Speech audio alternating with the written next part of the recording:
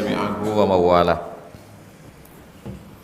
Subhanaka la ilma lana illa ma 'allamtana innaka antal alimul hakim. Rabbi shrah li sadri wa yassir li amri wa hlul 'uqdatam min lisani yafqahu qawli. Buka WA Ilham. Kirimkan PDF Riyadhus Shalihin ke ketua grup. Mana ketua grup? Mana Ilham? Kirimkan. Buka halaman 49 yang PDF. Langsung share ke grup.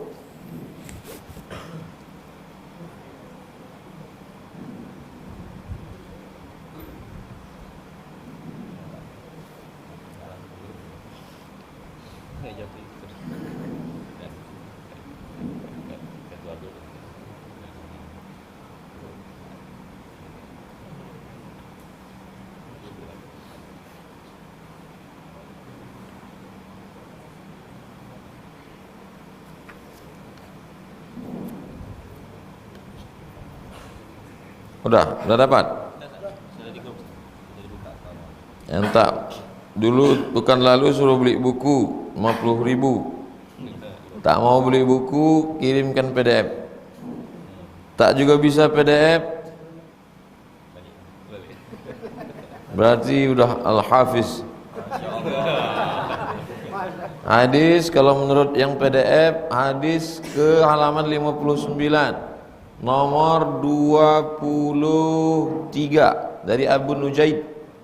Nampak? Nomor hadis 23. Jadi beda cetakan. Kalau buku itu nomor berapa? Tak pakai nomor. Nah, ini, yang ini 4 buku lain. Ini cetakan Mesir lain. Ini cetakan Surabaya lain. Ini Semarang lain.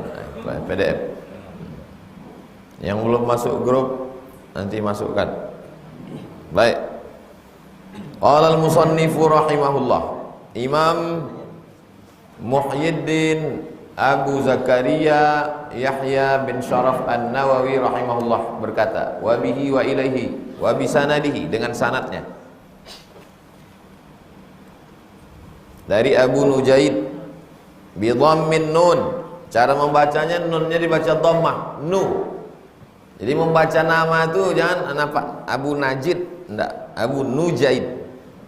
Wa fathil jim, jimnya dibaca fathah, Nujaid. Nama dia Imran ibnul Husain al-Khuzai radhiyallahu anhuma, Allah meridainya. Anna, apa arti anna? Sesungguhnya. Anna sesungguhnya. Kalau di awal kalimat inna, anna mra'atan, karena dia di tengah jadi anna. Anna mra'atan, ada seorang perempuan. Min Juhainata, dari suku Juhainah.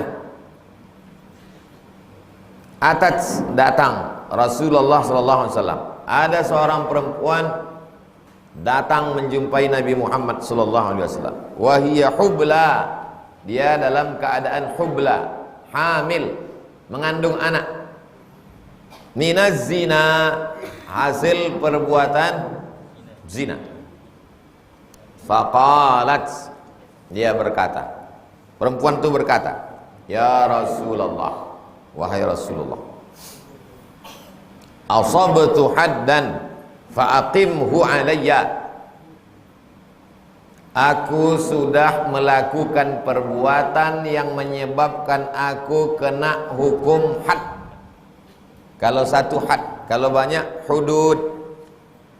Ada nama hukum qisas. Hukum qisas itu dibalas dengan perbuatan yang sama. As-sinnu bis-sinni, kalau dipatahkannya gigimu, patahkan pula gigi dia. Al-ainu bil-aini, kalau dicucuknya matamu, cucuk pula mata dia. An-nafsu bin-nafsi, kalau dihilangkannya nyawamu, hilangkan pula nyawa dia. Membalas dengan hukum yang sama namanya hukum qisas. Kalau orang berzina, itu namanya bukan hukum qisas, itu namanya hukum hudud. Hudud namanya. Kalau satu had, kalau banyak hudud. Hudud artinya sempadan. Orang Melayu nyebut batas itu apa namanya? Sempadan. Ini tanah antum, ini tanah saya. Di tengah itu ada sempadan, perbatasan. Kalau antum sudah melewati batas itu, antum sudah kena hudud. Kenapa orang berzina itu disebut melampau batas? Karena dia sudah melewati batas yang ditetapkan Allah Subhanahu wa ta'ala. Aku sudah melakukan perbuatan yang menyebabkan aku kena hukum hudud. Fa'aqimhu alayya. Tegakkanlah hukum hudud itu kepadaku. Kalau lajang, gadis, belum nikah, berzina, ayatnya jelas. Masih ingat? A'udzubillahi minasyaitonirrajim. Az-zaniyatu waz-zani. Berzina laki-laki, berzina perempuan. Fajlidu kulla wahidin minhuma mi'ata jaldah. Cambuklah dia 100 kali. Kalau sudah berlaki, sudah berbini, hukumannya asy-syaikhu wasy-syaikhatu, laki-laki dan perempuan. Idza zanaya, kalau berzina, farjumuhumal battah, lemparlah pakai batu sampai mati. Kita membaca kitab nih gunanya supaya kita balik ke hadis-hadis Nabi SAW. Karena isinya hadis-hadis semua. Nanti antum tamat kuliah, pulang ke kampung, diminta orang kampung pengajian. Adik dari mana? Dari UIN ya? Iya. Tolong itu pengajian tempat kami. Oh, saya fakultas peternakan. Tak bisa beralasan gitu. Jadi kalau antum pulang, antum pede. Dek dari UIN ya? Ya. Bisa ngisi pengajian di masjid kami? Saya Pak, kalau ngisi pengajian sekali nggak bisa. Saya mesti khatam. Gitu cara nolak. Kitabnya mana? Ada PDF. Di print, dia fotokopi. Antum pulang, antum bacakan kitab. Hari Rabu kita baca Riyadhus Shalihin. Nanti datangi lagi dosen-dosen, banyak dosen UIN. Hari Kamis minta baca tasawuf. Siapa dosen tasawuf di UIN? Dr. Iskandar Arnel, kenal? Tamat dari McGill, Kanada. Nah, minta sama dia, Ustaz, bukakan kami kitab tasawuf. Ihya Ulumuddin terlalu besar. Ditipiskan lagi Ihya Ulumuddin itu, diringkaskan oleh Syekh Jamaluddin Al-Qasimi. Ihya Ulumuddin punya siapa? Imam Abu Hamid Al-Ghazali, meninggal tahun 505. Abu Hamid Al-Ghazali meninggal tahun 505. Tahun Masehinya 1111. Terlalu tebal, diringkas oleh Syekh Jamaluddin Al-Qasimi, ulama dari Damaskus, Suriah. Nama kitabnya Mau'izatul Mu'minin min Riyadhis Shalihin. Download. Gimana cara mendownloadnya Pak Ustaz? Tulis di Google tuh. Dari Mau'izatul Mu'minin PDF. Nah, tulis Mau'izatul Mu'minin PDF. Enter. Ah, langsung dapat. Mau'izatul Mu'minin. Jadi tak ada hari antum kosong. Hari Rabu hadis, hari Kamis tasawuf, hari Jumat akidah. Akidah yang paling rendah Jala'ul Afham, syarah Aqidatul Awam. Ada matan, kitab matan namanya Aqidatul Awam. Nah, minta syarah Jala'ul Afham, ditulis oleh murid waktu pengajian Sayyid Muhammad bin Alawi bin Abbas Al-Hasani Al-Maliki, ulama Makkah. Waktu dia mengajar tuh ditulis oleh muridnya Kiai Ihya. Masih hidup pengarangnya. Syekh Said Muhammad sudah meninggal, muridnya masih ada, pernah saya jumpa. Nah, jadi tak ada kosong. Hari Sabtu kasihlah kami bernapas sedikit Ustaz. Oke, Sabtu Ahad kosong. Rabu Riyadhus Shalihin, Kamis tasawuf, akidah. Akidah siapa? Yang biasa ngajar akidah Ustaz Nixon. Kenal Ustaz Nixon? Tak kenal Ustaz Nixon, Ustaz Nur Hadi Hussein. Tak kenal juga Ustaz Nur Hadi Hussein? Pergi ke Usuluddin. Nah, hari Senin baca tafsir. Tafsir yang simple, paling simple tafsir Jalalain. Jalaluddin Al-Mahalli, Jalaluddin As-Suyuti. Hari Selasa baca fikih. Fikih yang paling bawah Fathul Qarib. Syarah Matan Takrib. Fikih Fathul Qarib, tafsir Jalalain, hadis Riyadhus Shalihin, tasawuf Mau'izatul Mu'minin min Ihya Ulumuddin. Apa lagi? Aqidah Jala'ul Afham. 5 kitab seminggu. Kuliah selesai, kitab khatam. Balik suruh pengajian, barokah berdatangan. Mantap kali Ustaz tadi mengajarkan. Ya, dia baca kitab, dia bukan baru, bukan cuman kuliah, presentasi. Makalah copy paste, dosen tak baca. Dapat apa kalian kuliah? Ngaji subuh, sholat subuhnya dapat, biasa. Kalau sudah terbiasa nengok orang banyak, ini tak grogi. Kalian bukan cuma belajar baca kitab, belajar macam mana mengajarkan. Macam mana saya mengajar nih, begitu antum nanti ngajar. Macam mana gaya saya bercakap, gitu. Tapi kalau ustaz guru kita tuh banyak, antum kombinasikan. Antum bisa tenang macam Ustaz Iskandar Arnel, antum macam Ustaz Saidul Amin, antum kombinasi. Pada akhirnya antum akan menjadi diri antum sendiri.